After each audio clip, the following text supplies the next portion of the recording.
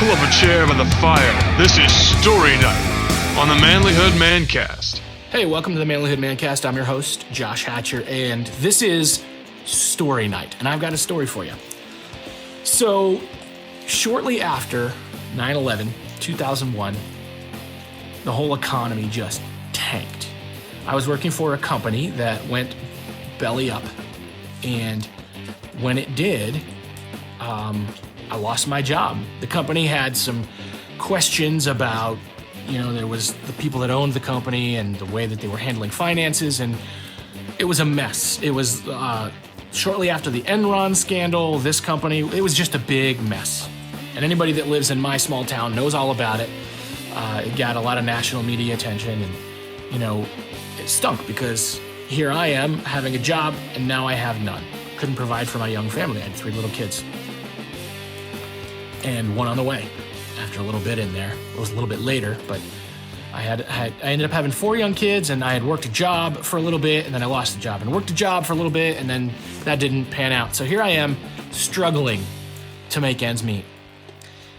Really hard. We were struggling really hard, and I didn't know what else to do. There was nothing. I didn't really want to move out of the area. My family's here, my roots are here. And I was looking for that, though. I was putting in for jobs all over the country, and just was nothing opening up.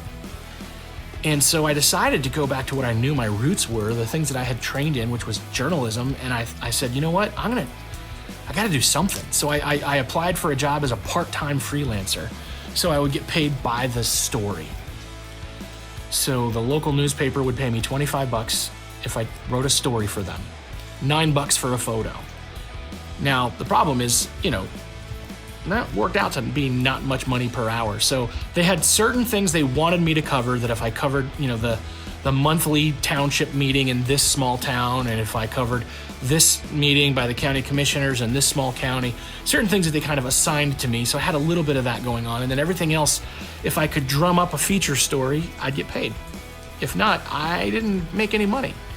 So I would, hop in my car and drive over the hill to this little town that they were paying me to work in, and I would just go to the diner and I would say, hey, what do you guys know that's going on? What's happening? I'd talk to anybody in town that I could, and I'd just try to find an interesting story, and I'd write it. And then I would send it in to 3 or 4 different newspapers. That's the life of a stringer. That's what you call a freelance journalist. I didn't work for the one paper. I worked for anybody that would buy my stories.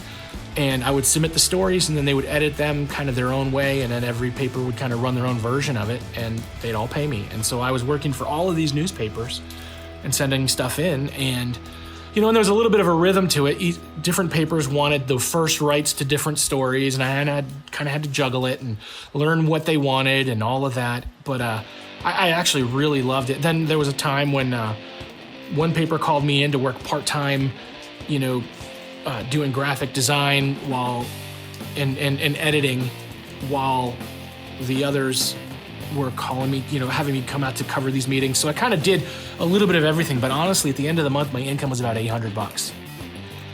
I'm sitting here trying to raise a family and feed a family on $800 a month. And, I'm asking myself the question, do I quit this and go try to get something else? And I was working a lot of hours just to try to make this work. And I knew that I had to push. It was tight. It was hard. It was really, really difficult to push through that season. But I knew that if I didn't, we wouldn't have anything. So I kept putting in resumes. I kept putting in job interviews. I kept doing everything I could to get a better job. And I worked my butt off for $800 a month as long as I could. But the advantage was my name was in the newspaper every day. Almost every day, my name would, and I told them that at the paper. I said, if I write a story, I want my name there. You don't want to use a pseudonym? No, I want my name there. Don't you publish a story without my name in it. Okay, I said, I want the byline on every story, even if it's a tiny little blurb, if it's a tiny little story, if it's a photo, I want my name in the credits. And what that did is when I walked in later on to apply for a job at the radio station, they knew who I was because they had read my work. I know who Josh Hatcher is. I've read his work.